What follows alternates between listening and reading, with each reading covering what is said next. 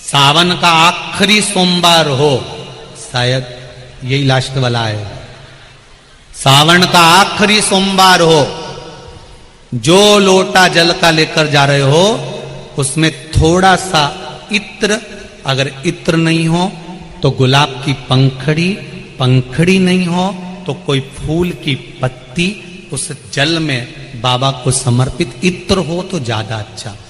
आखिरी सोमवार को या सावन महीने का आखिरी दिन आप शिव को जब 2 लोटा जल चढ़ाएं तो उसमें इत्र का भाव रखकर, कामना कर कर, त्र्यंबकेश्वर बाबा का स्मरण कर कर और महामृत्युंजय मंत्र को जपते हुए। कौन सा मंत्र?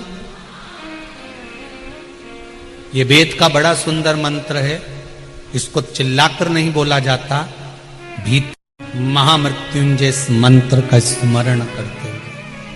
और अगर महामृत्युंजय मंत्र याद नहीं हो तो पंचाक्षर मंत्र नमः शिवाय, पंचाक्षर का स्मरण नहीं रहे तो षडाक्षर ओम नमः शिवाय, षडाक्षर का स्मरण नहीं हो तो श्री शिवाय नमस्तुभ्यम। आपसे निवेदन है, अशोक सुंदरी वाली जगह पर अगर आप समर्पित कर देते हैं, फिर आप जिस भी चीज के लिए अप्लाई करें, मेरा देवाधिदेव महादेव आपका हाथ पकड़कर खींचकर आगे बढ़ा ही दे। मेहनत करना, कर्म पूरा करना, पढ़ाई अच्छी करना, और पढ़ाई के साथ में विद्या अध्ययन करने के साथ में अच्छी मेहनत के साथ में देसी गाय का दूध भगवान शंकर को समर्पित करना, भगवान शंकर को समर्पित करना, देसी गाय का दूध धीरे धीरे धीरे धीरे समर्पित करना, भावों के साथ आप समर्पित करें। देसी गाय का दूध एक एक बूंद समर्पित करिए, धीरे धीरे समर्पित करो।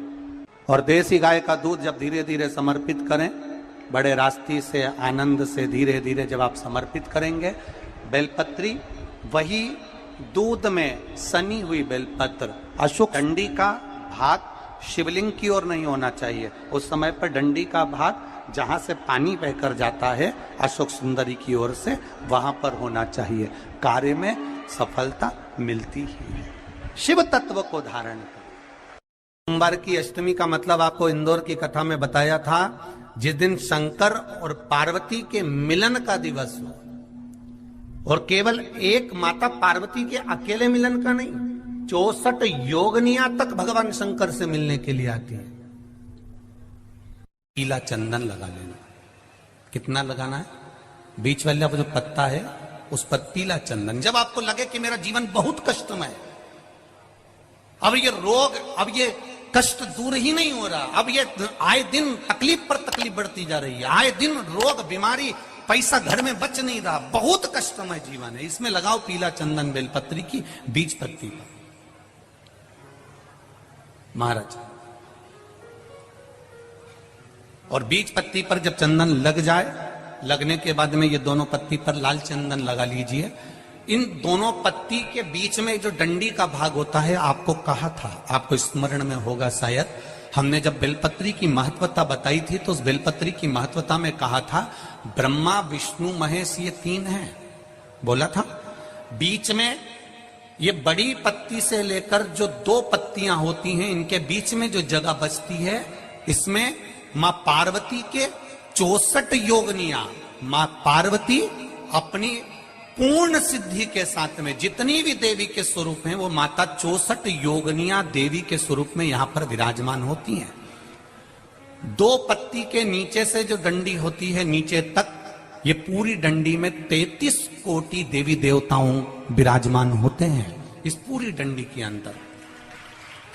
तो ये बीच वाली पत्ती है, ये जो बीच वाली पत्ती का जो भाग होता है, इस पत्ती के भाग में शहद का प्रयोग कर कर, यहां पीला चंदन, लाल चंदन, लाल चंदन, शहद का प्रयोग कर कर, इसी तरह से पकड़कर ये बेलपत्री की जो डंडी है वो अशोक सुंदरी पर जब आप समर्पित करें तो जहां से जल बहता है उस ओर पर इस पत्ती को चढ़ाकर केवल आपके हृदय की बात कहकर देवाधिदेव महादेव से कोई भी शिव जी का मंत्र पंचाक्षर नमः शिवाय, षडाक्षर ओम नमः शिवाय, श्री शिवाय नमस्तुभ्यम, या महामृत्युंजय मंत्र, जो शिव का मंत्र हो आपके पास में, उसको बोलते हुए देवाधिदेव महादेव को धीरे धीरे जल की धार चढ़ाना प्रारंभ करो।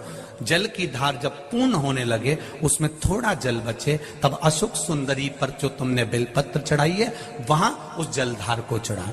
ये प्रयोग आपको केवल सोमवार की अष्टमी पढ़ने पर ही करना है। कौन से दिन करेंगे? जम के बोलिए जरा। सोमवार की अष्टमी पढ़ने। और धतूरे का फूल,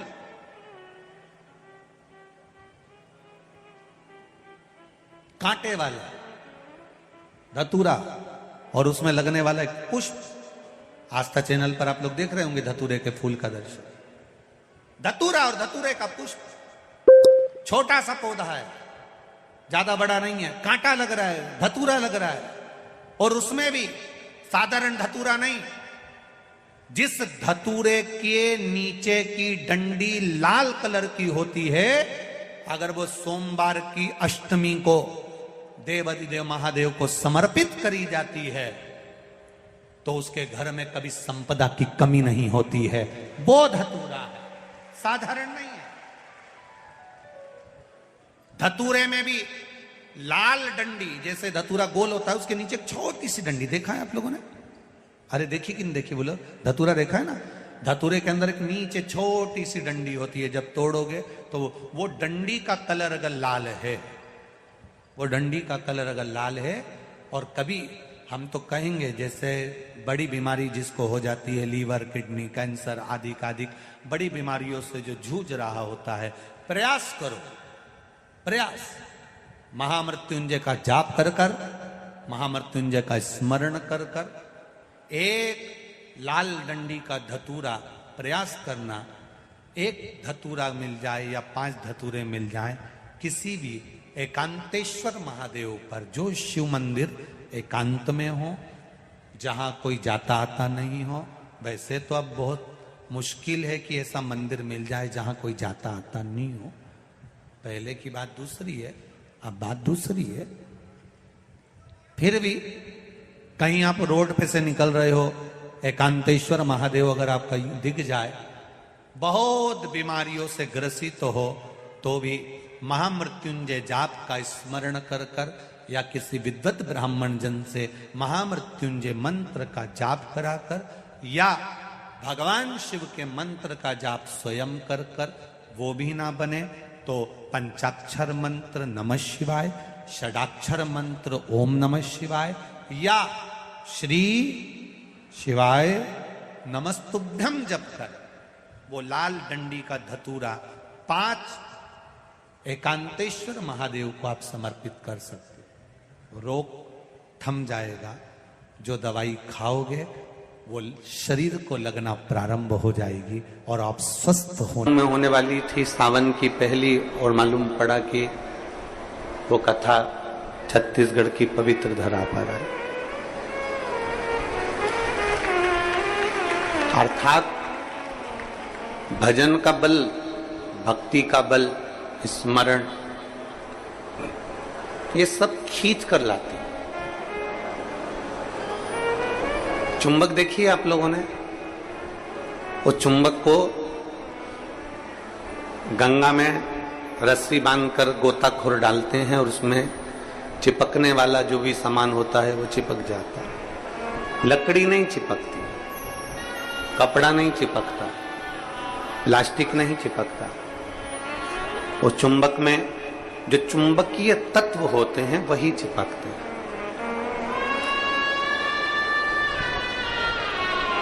हम तो ये मानते हैं कि सावन के महीने में भी भोलेनाथ एक, जैसे लोग गंगा जी में चुंबक फेंकते हैं और उसमें जो चिपक गया वो चिपक गया, उसी तरह भोलेनाथ भी सावन के महीने में शिव महापुराण रूपी चुंबक को डालकर हिलाते रहते हैं। किसके भाग्य में है और कितने लोग चिपक सकते हैं ये उसी को मालूम है।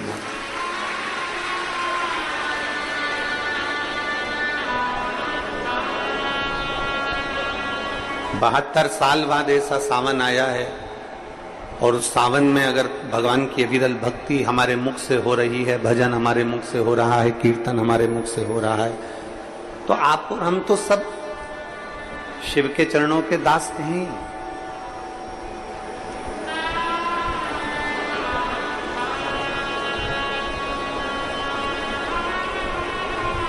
कहते हैं, शिव महापुराण की कथा कहती है, नौकरी ऐसी होना चाहिए, सर्विस ऐसी होना चाहिए जहां जाने का मन करे।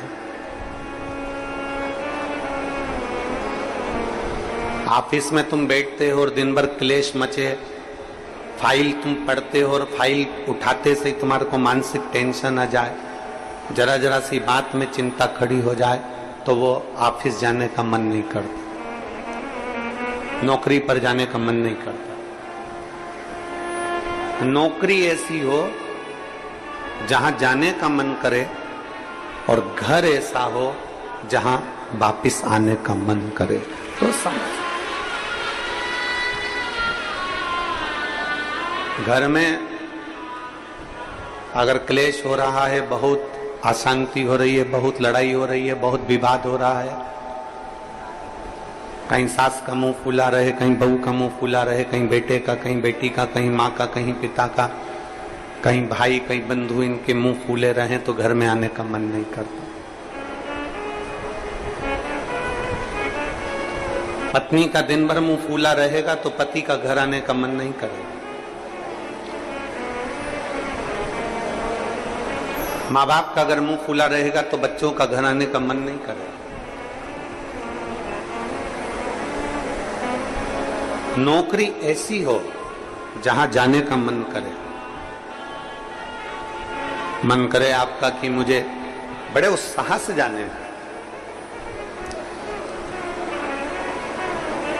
एक प्रश्न आपसे पूछते हैं, उम्मीद है कि आप लोग उत्तर अच्छा देंगे। हमने भी पढ़ाई करी, आपने भी पढ़ाई करी, हमने भी विद्याध्ययन करा, आपने भी विद्याध्ययन करा। जब स्कूल में पढ़ते थे, मैथ का सब्जेक्ट आता या साइंस का आता, इंग्लिश का आता, कोई सब्जेक्ट जब सामने आता तो कोई कोई टीचर इतना अच्छा होता था कि उसके सब्जेक्ट में भले मन ना लगे पर उसके सब्जेक्ट में बैठने का मन जरूर करता था। बोलो सही है कि गलत? बोलो सही है कि गलत? और कोई कोई टीचर ऐसा होता था कि उसके सब्जेक्ट में जाने का मन नहीं करता था।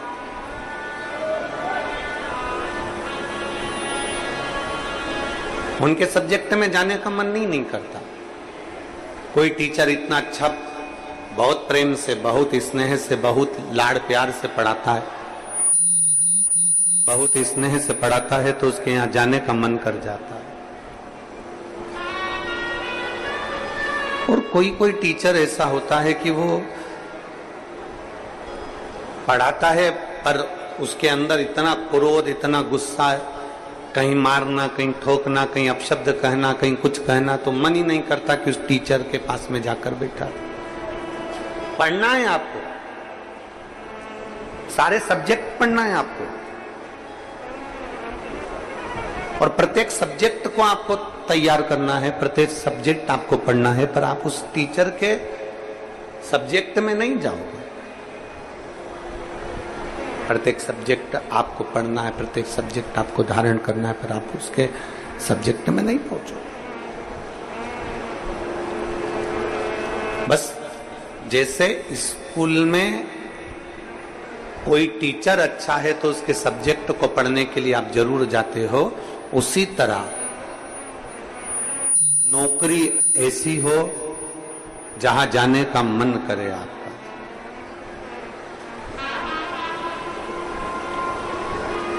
नौकरी ऐसी होना चाहिए जहां तुम्हारा जाने का मन करे, जहां तुम्हारा बार बार मन करे, 5 भी बज जाए ना तो भी मन करे कि थोड़ा आधे घंटे और काम कर लूं, 1 घंटे और काम कर लूं,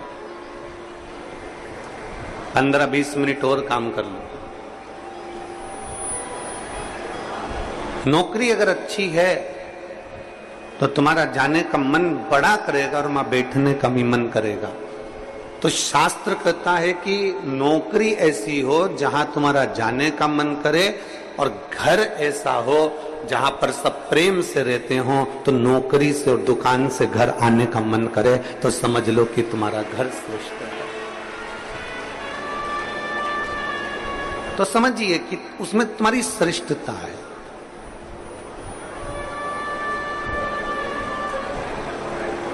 जरा जरा सी बात में अगर क्लेश हो रहा है, जरा जरा सी बात में अपशब्द बोले जा रहे हैं, तो वो श्रेष्ठता नहीं बनती।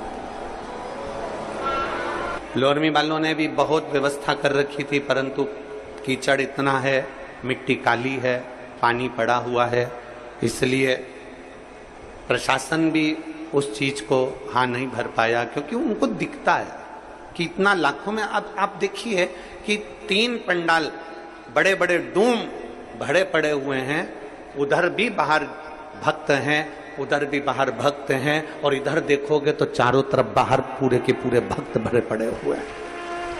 प्रशासन भी ये चीज देखता है कि इतने शिव भक्त आएंगे तो वो आराम से कथा सुने, आराम से रहें, आराम से खाएं, आराम से अपना भजन कीर्तन करें और आराम से कथा श्रवण कर कर अपने अपने घर को जाएं, किसी को कोई कष्ट ना हो। ये प्रशासन भी देखता।